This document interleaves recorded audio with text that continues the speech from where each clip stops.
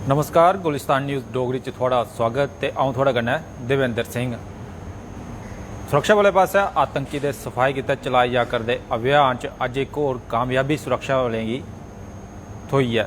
सुरक्षा बलें एक बड्डी कामयाबी हासल करदे होए अनंतनाग दे तंगपावा इलाके च 2 आतंकवादियों का खात्मा करी टकाया है।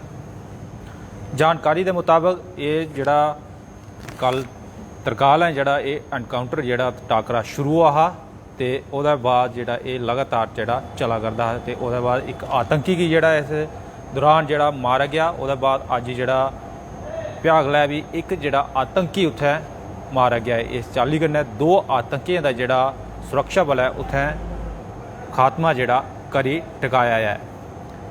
इलाके च होर जड़े आतंकियों की जड़ी छप्पे होने की शक के आधार उपर उत्थे सर्च ऑपरेशन भी जोड़ा सुरक्षा बलें पास जोड़ा चलाया जा करता है। जानकारी ये हुआ करती है कि अजें तक जी इनकी जी शनाख्त नहीं हो पाई है कि किस संगठन कन्नै ये आतंकी जोड़े जुड़े दे न।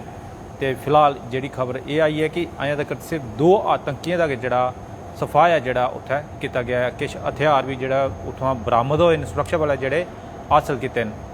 लगातार जोड़ा सुरक्षा बलें पास जोड़े अभियान चलाई है इन्हें आतंकियों का जोड़ा सफाया किया जा करता है। अगर पिछले हफ्ते की गल करचै तो पिछले हफ्ते भी जियां अमित शाह उनका दौरा हा, केंद्रीय गृह मंत्री अमित शाह उनका दौरा हा, उस दौरान भी जोड़ा आतंकी हमले होए शोपियां च होए हे ते उस उत्थे भी जोड़ा आतंकी हमले च जोड़े आतंकी जोड़े मारे गए। सुरक्षा बलें जी एक बड़ी कामयाबी हासिल जी की ही ते अज भी जी सुरक्षा बलें बड़ी कामयाबी हासिल करते हुए 2 आतंकियों का जोड़ा खात्मा करी टकाया है। जियां कोई और अपडेट आती है थोड़े कन्नै जरूर सांझे करके दियो इजाजत। नमस्कार।